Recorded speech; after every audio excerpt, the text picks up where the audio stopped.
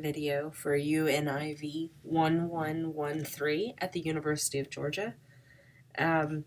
This video is going to have 3 goals. The first is going to be how to prepare data from a paper in order to make a citation. The second is storing that data and how to organize data to make a citation or reference. And then 3, some do's and don'ts of citation styles and things to be wary of. So first, let's talk about preparing data for citation. So I use Evernote. I really like Evernote in keeping track of the papers that I read, and this is why. So it's free. The basic version is free, and 2, I can make these notebooks that have different types of categories. So, for example, everything that has to do with statistics I put in here, everything that has to do with cores and crusts, since I study planets, they're in here. And here are just some papers that I need for like the 3rd chapter of my dissertation. So if I open up these notebooks, then I write summaries of the papers that I read.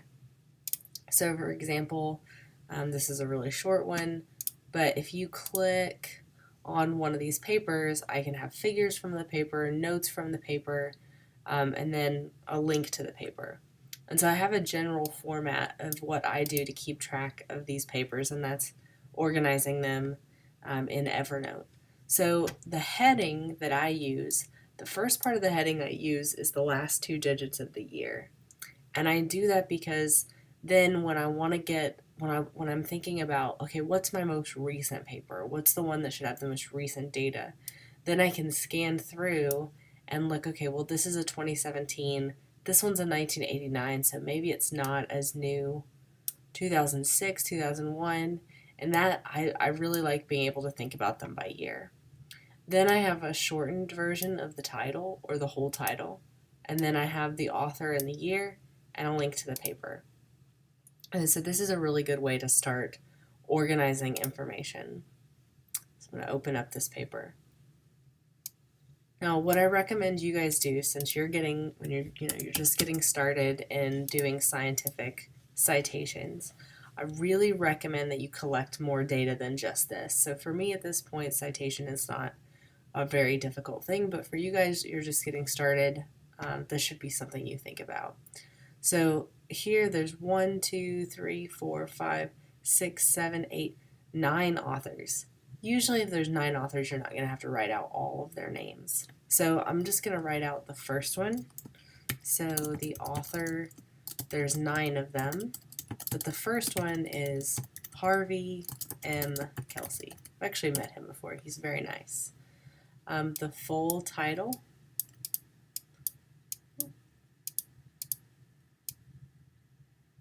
get the full title in there.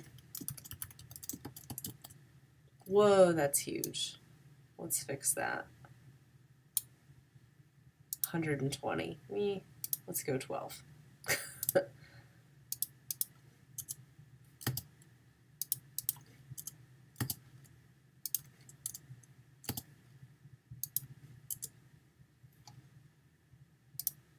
So that's 14 Helvetica. And it's black. Okay. The year is 2017.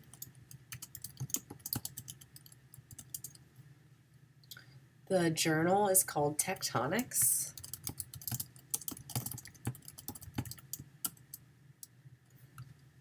Let's see.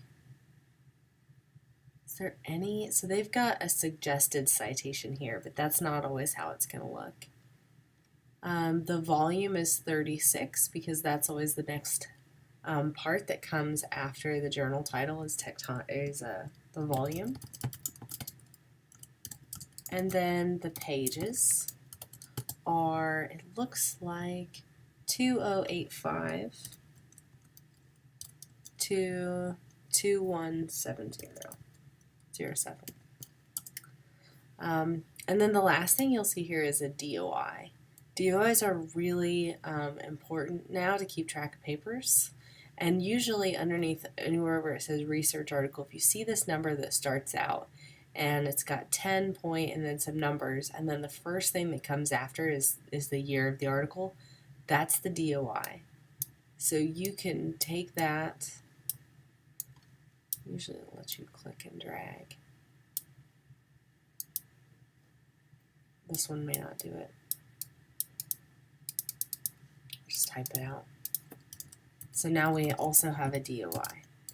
So this is just a number that lets you keep track of the paper. Think about it like books have ISBNs and papers have DOIs. Okay, so now this is all of the information that might be required to cite this paper. And we already have the website for the paper at the top. So now you guys might be familiar with things like Citation Machine. But these types of citation machines, they're mostly just going to have APA, MLA, maybe Chicago, and they might claim to have a couple other formats. But these, typically in science, they're not the formats that we use. A professor is probably going to assign you to write in the citation style of a journal. So,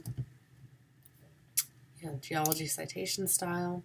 Again, you'll see a claim that there's a citation machine with a geology format, but these are not accurate. So you want to actually go to, like this one's Geological Society of America reference guidelines. So that's what you would click on. Every journal has one of these, and it'll give examples and the rules of how to cite in that discipline. So now we can actually cite this paper. We know that it's a paper from a journal. So abstract, book, chapter, comment dissertation, program database, journal article, right here. So looks like we do the author's names, and let's see if there's a rule for how many authors. For references with 10 or more authors, shorten the list to the author's name plus et al. Okay, so that means for a paper with 9 authors, we're going to have to write their names out. So let's look at these names. So looks like they do the last name, comma, first initial, period, comma, last name, comma, first initials, and notice there's no space between the initials and the periods. So you would put all their names, and I'm just going to pretend that there are 2 authors to save us some time. You will not do that. And Ladinsky, TC. Now, some citation styles you put and some you don't. After, we put a comma, then the year, then the title. And notice that not all words in the title are capitalized. It's only the pronouns that are capitalized, or the proper nouns. But notice that in your title that you copy and paste, that may not be the case. So we're going to go through here. We'll lowercase story, fold, how it informs. Now, late Neogene is a time period, so we'll leave that. Quaternary is a time period. But back arc, deformation, nope.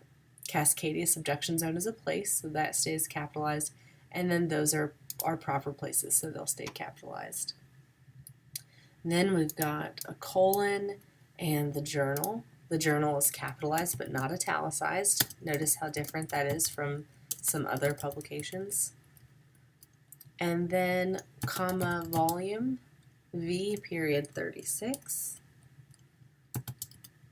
period, pages, these were the pages.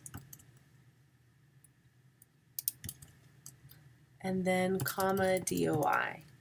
And then we're going to copy and paste that DOI in there.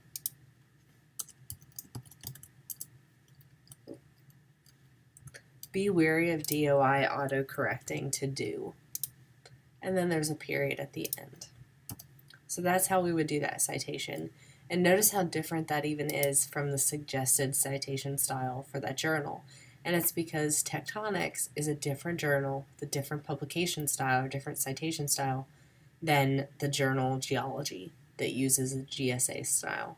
So in science, there are going to be so many different citation styles, and you just want to check with your professor before you do citations in the sciences. Now, there's one other don't that I want to share with you in terms of citations, and that's using Google Scholar. I love using Google Scholar for papers, for finding the papers that I want, for storing them in a Google Scholar library or learning about authors. I think that's great. But these little quotation marks will get you. So if you click that, it's very tempting to look through here and say, oh, look at all these different citation styles and they're done for me. Well, sometimes they're wrong. And when you copy and paste those, they retain this original formatting style, and so it's obvious that you pulled them from Google Scholar. So if you're going to use this, it's probably only going to work in an English class where these are the useful styles. And then on top of that, you're going to need to check them to make sure they're right. And then on top of that, change the font style.